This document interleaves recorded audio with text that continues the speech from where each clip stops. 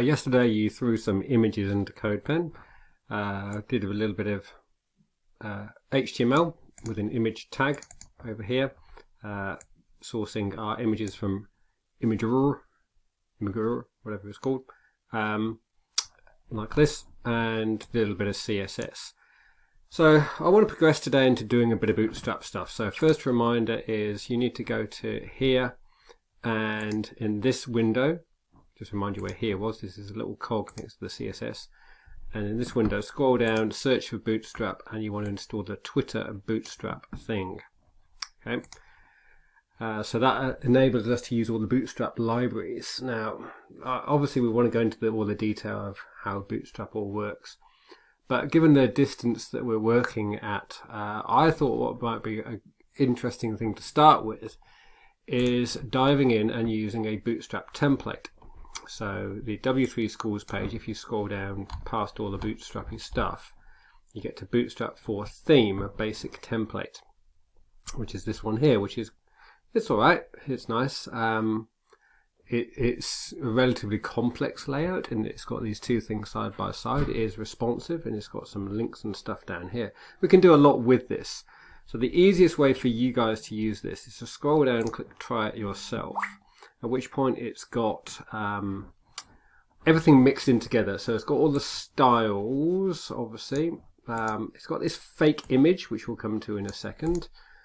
And all of this stuff has been done for us though by Codepen, so we don't want any of that. We start after the body tag, and we're going to take everything all the way down to the bottom, and that will give us heaps to play with. Don't include the /body. So Control C, back to Codepen, delete all that lot, Control V, wait for it to refresh. Look at that, it's nice. And we've still got our red background colour, looks so awesome. So we can obviously change some text. It's got this placeholder lorem ipsum stuff at the moment, which is, it'd be nice if you can replace that with some text of your own. Why don't you use your imagination and come up with something? And what it's got at the moment is this fake image. You remember that was in the start. That's actually just a box that is made to look like a blank image, but it's just a placeholder. We need our own image, and you should have done this thing where you've already got an image.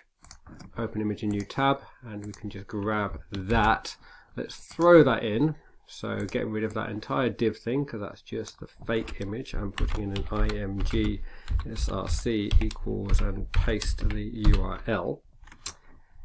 Now the image is a bit big. We'll also find there's a couple of other places where that image is used, I think. Here we are. You know what, I can just copy and paste this, can't I? Nice. Control C. Everyone loves a bit of copy and paste. Control V. So that's replacing, I didn't even see it. There you go. We do have a problem. These images are too big.